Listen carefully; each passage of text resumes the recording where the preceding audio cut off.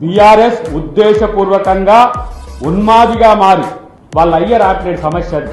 నువ్వు ప్రతిపక్ష నాయకుడు రాయన, నువ్వు 50 లక్షలు తీసుకున్నావు రారని ఆయన అంటే వస్తాడు సార్, రేపు వస్తాడు, ఎల్లుండి వస్తాడు, రా ఇట్లా కూర్చున్నాడు.